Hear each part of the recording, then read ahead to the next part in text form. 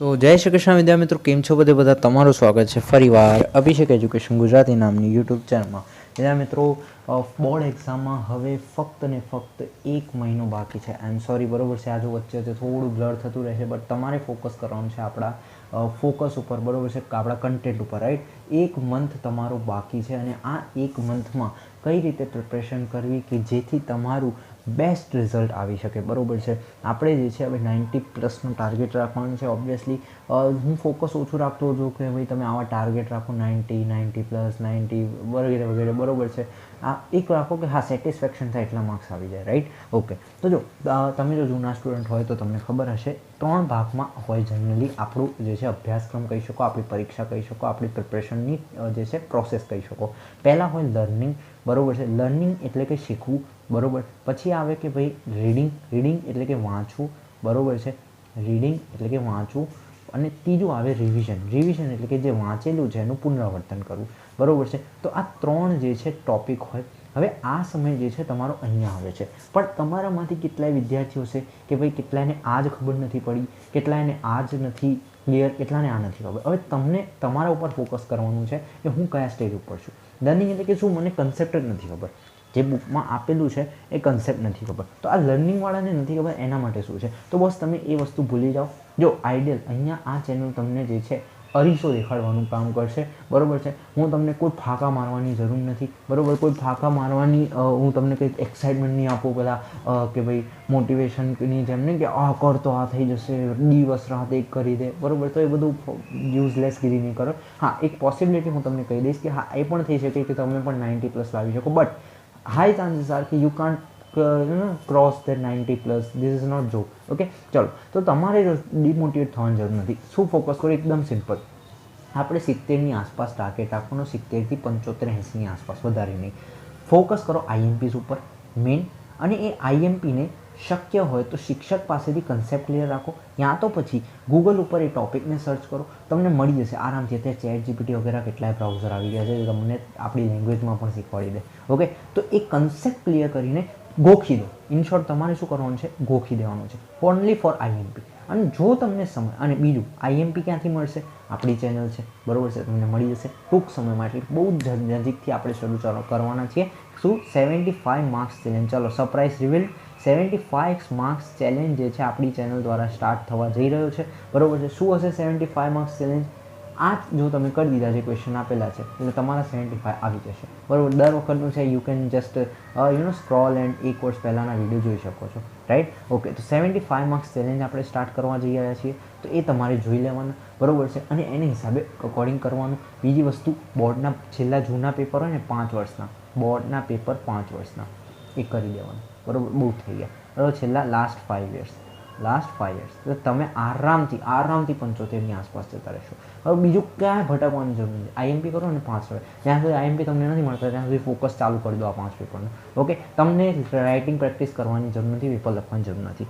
બીજું આ વસ્તુ કે ભાઈ બધાને એવા સ્ટુડન્ટ છે કે જેમને લર્નિંગ તો ક્લિયર છે, બરાબર, સમજ પડે છે આખા ટોપિકની, દરેક ટોપિકની સમજ પડે છે, પણ રીડિંગ નથી. એટલે કે આખું મતલબ તમે પૂછો તો ના આવડે, એમાંથી અર્ધ કચરો આવે કે ભાઈ થોડું આવડે છે, થોડું નથી આવડતું, મતલબ એમ હજુ કેટલા ટોપિક બાકી. તો તમારે શું કરવાનું છે કે જેટલું તમને આવડે છે પહેલાં એને ફોકસ કરો. કે first focus on that thing કે જે તમને આવડે છે એને પાક્કું કરી દો એકદમ, કે ભાઈ આ પૂછા તો આવડી જાય. હવે જે નથી આવડતું એના તમારે આઈએમપી શોધવાના. જેમ કે એક 100% સિલેબસ છે, એમાંથી મને 70% આવડી ગયું છે, જે 30% નથી આવડતું, તો આ 70% પહેલાં તમે કન્ફર્મ કરી દો, બરાબર, જે તમને આવડે છે. રહ્યું 30%, હવે આ 30%માંથી તમારે આઈએમપીસ કરવાના. જો તમને ટાઈમ હોય તો આખું કરો, this is my suggestion. But જો તમે આ 30% જે છે તમને નથી આવડતું, બરાબર, જો આ છે ને એક ઊંધી મેથડ તમને મે બી કોઈ નહીં કહે, રાઈટ. કારણ કે બધા શિક્ષકો શું કરતા હોય છે કે ના, જે તમને 30% આવડે છે એ તમે પહેલાં કરો, બરાબર છે. એ પોતાની જગ્યાએ ઓબ્વિયસલી સાચા જ હશે, કારણ કે દરેક શિક્ષક પોતાનો અનુભવ કહેતા હોય છે, પોતાના હિસાબે બધા જ બેસ્ટ છે, રાઈટ. બટ મારું લોજિક શું છે, રાઈટ, કે ભાઈ આ 30% કરવાનું બેઠા તો તમે જે આના પ્રેશરમાં તમે, કારણ કે શું બોર્ડનો પ્રેશર મને ખબર છે, બરાબર છે, કશું નહીં, હલવા એક્ઝામ છે, બરાબર, કશું જ નહીં. કારણ કે ક્લિયર કરશો તો તમને ખબર પડી જશે કે કશું જ નથી એક્ઝામમાં. પણ અત્યારે તમારા માથા ઉપર પ્રેશર છે. જો તમે 30%ને ફોકસ કરવા બેઠા તો 70%નું પ્રેશરમાં ભૂલાઈ જશે. તો this is my personal suggestion. તો તમે મોટા ભાઈ માનીને, ફ્રેન્ડ માનીને, જેમ પણ કહેવું હોય, બરાબર, 70% ફર્સ્ટ કરો. એવું કરો કે ભાઈ કંઈ પણ પૂછાય આમાંથી, બરાબર, એવું કંઈ પણ પૂછાય હું બધું જ કરી દઈશ આમાં. જેમ કે 10 ચેપ્ટર છે બરાબર છે આપણા, બરાબર, તો 10માંથી તમને 8 તો એવા જ આવડે છે કે ભાઈ મને કંઈ બી પૂછો તો 8ને પહેલાં કરો, 2ને રવા દો, 2માંથી પછી IMP કરી દો. આ એક જસ્ટ ચેપ્ટરની વાત થઈ. પણ આવા શું હોય કે 10 આવડે છે પણ એમાંથી એવું જ 80% આવડે છે. તો એ બધું તમારા ઉપર ડિપેન્ડ કરે છે તમને શું કરવાનું છે, રાઈટ. આ તમારે કરવાનું કે 30માંથી IMP શોધો ને IMP હું તમને અપલોડ કરી દઈશ 75માં. બીજી વસ્તુ, તમારા પણ કમ્પલસરી લાસ્ટ 5 યર્સના પેપર કરવાના જ છે, બરાબર છે, બોર્ડના.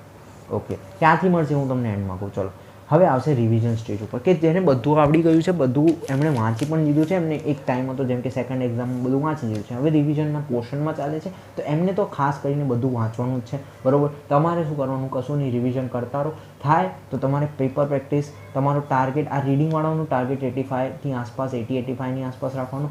તમારે 90+ જવાનું છે, બરાબર છે. તમારે શું કરવાનું છે બોસ, તમારે આ રિવિઝનવાળાના સ્ટેજમાં રિવિઝન શક્ય એટલું જલ્દી ખતમ કરો, બરાબર. છેલ્લે તમારા 5-7 દિવસ હોય ત્યારે તમારે ફરીથી જો સમથિંગ તમે ફેબ્રુઆરી 5થી બરાબર છે 5 સુધી ખતમ કરી દો, અને ફેબ્રુઆરી 5 to 15 જે છે તમે શું કરો, ફેબ્રુઆરી 5 to 15 તમારી 27થી એક્ઝામ છે, 5 થી 15 તમે જે છે પેપર લખો થોડા ઘણા, બરાબર. 5 પેપર દરેક વિષયના લખી દેવાના, બરાબર. 5 પેપર 10 દિવસમાં તમારે ખતમ કરી દેવાનું, બરાબર છે. તો તમને, અને આ કયા લખવાના, બોર્ડના છેલ્લા 5 વર્ષના લખી દેવાના. આ 5 પેપર છે ને, દરેક વિષયના 5 પેપર લખી દેવાના બોર્ડના. પેપર પ્રેક્ટિસ બહુ ઇમ્પોર્ટન્ટ છે, કારણ કે તમે જે છે એ વખતે છો કે જે તમને આખું પેપર લખવાનું છે. આ બંનેને જે છે એ ટાર્ગેટ હિસાબે પેપર પ્રેક્ટિસ કરવાની જરૂર નથી, બરાબર. પણ તમારે આખું લખવાનું છે તો you should do paper practice, બરાબર. દરેક ચેપ્ટરને એવું જરૂરી નથી કે ઇંગ્લિશ જે છે નાનું છે. હા, ઇંગ્લિશમાં તમે ના કરતા ભલે ચાલશે, ઇંગ્લિશ બહુ નાનું છે, બરાબર. તો ઇંગ્લિશમાં તો ના જ કરતા, હું તો કહું પર્સનલ સજેશન, બાકી તમારી ઈચ્છા. પણ પેપર પ્રેક્ટિસ પણ કરશો તો એમાં તમને આ ક્વેશ્ચન મળશે. તમારે 5 વર્ષના પેપર લખી દેવાના, લખવાના 15માં, અને 15થી 27 પાછું તમારે રિવિઝન ચાલુ રાખવાનું છે. લખીને શક્ય હોય તો મોઢે કરજો, તમને ક્લિયર થશે. તમારે પણ 75 માર્ક્સ ચેલેન્જ જોવાનું, કેમ, કારણ કે એમાં જે ક્વેશ્ચન હોય એના પર વધારે ફોકસ કરવાનું શક્ય થઈ શકે, પૂછાઈ શકે. તમારે પણ લાસ્ટ 5 વર્ષના પેપર કરવાના બોર્ડના, એટલે તમારે શક્ય હોય તો થઈ શકે. આ વિડીયોમાં નાખીશું આટલું, બસ આટલું કરો, બરાબર. અને રાહ જુઓ, હું તમારા માટે ઘણું ખરું અપલોડ કરવાનું છું. બીજી વસ્તુ, આ બંનેને જો કે તમારે તો શું એ કન્ટેન્ટ સાચો જ છે, એટલે તમારા અક્ષરો બી સારા જ હશે, કારણ કે જે હિસાબે તમે લેવલ ઉપર મહેનત કરી રહ્યા છો એ હિસાબે તમારા અક્ષર હું માનું છું કે સાચા હશે, અને પેપર પ્રેઝન્ટેશન આવતું હશે. આ બોસ તમને અને તમને જે 80થી 85વાળા છે, 70થી 75વાળા, અથવા તો એનાથી પણ નીચે છે, તમારા માટે પેપર પ્રેઝન્ટેશન મોસ્ટ ઇમ્પોર્ટન્ટ હશે. જે વ્યક્તિ 80થી 85ની આસપાસ અથવા એનાથી નીચેનો ટાર્ગેટ રાખી રહ્યો છે, એના માટે paper presentation will be most important, બરાબર. તો તમારું પેપર પ્રેઝન્ટેશન એટલે શું, કે દેખાવતા જેવું લાગે કે આ ટોપર છે. યદ્યપી તમે ટોપર નથી, પણ દેખાતા જેવું લાગે ટોપર છે. બસ આ બોટલમાં ઉતારવાનું છે આપણે. તો આ ક્યાંથી આવશે, બસ આના વિડીયો પણ ટૂંક સમયમાં અપલોડ થશે, રાહ જોઈ રહેવાની. આ 3 વસ્તુઓ તમારા માટે મોસ્ટ ઇમ્પોર્ટન્ટ થશે. 75 માર્ક્સ ચેલેન્જ, છેલ્લા 5 વર્ષના પેપર પ્રેઝન્ટેશન. આ વિડીયોમાં આપીશું આટલું, રાહ જોતા રહો, બરાબર. જેમ મેં તમને પ્લાન કીધો છે, હવામાં નથી ઉડવાનું, બરાબર, જમીનમાં રહીને લોજિકલ રીતે તૈયારી કરવાની છે. આ વિડીયોમાં આપીશું આટલું. જો વિડીયો પસંદ આવે લાઈક, શેર, સબસ્ક્રાઈબ બધું જ કરજો. મળીશું નવા વિડીયોમાં નવા ટોપિક સાથે. ત્યાં સુધી બેસ્ટ ઓફ લક બધાને. મળીશું નવા વિડીયોમાં, ત્યાં સુધી જય શ્રી કૃષ્ણ.